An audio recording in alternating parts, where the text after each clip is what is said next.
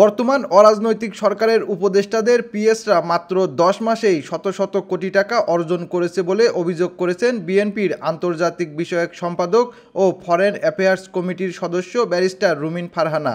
বৃহস্পতিবার রাতে একটি বেসরকারি টেলিভিশনের টকশোতে অংশ নিয়ে তিনি বলেন, একজন উপদেষ্টার পিএস 10 মাসে যে হারে অর্থ কামিয়েছে তা রাজনীতিবিদদের ক্ষেত্রেও 15 বছর লাগে।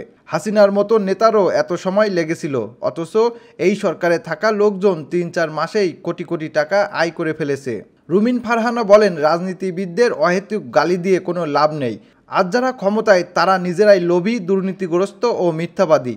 অরাজনৈতিক সরকারের লোকজনকে ফেরেস্তা মনে করা হলেও তাদের পিএসরা যেন ইবলিশ। অথচ অতীতে একজন পিএসের জন্য প্রবীণ রাজনীতিক সুরঞ্জিত সেন গুপ্তকে জীবনের শেষ দিনগুলো কালো বিড়ালের তকমা নিয়ে পার করতে হয়েছিল, তখন জনগণ তাকে ক্ষমা করেনি।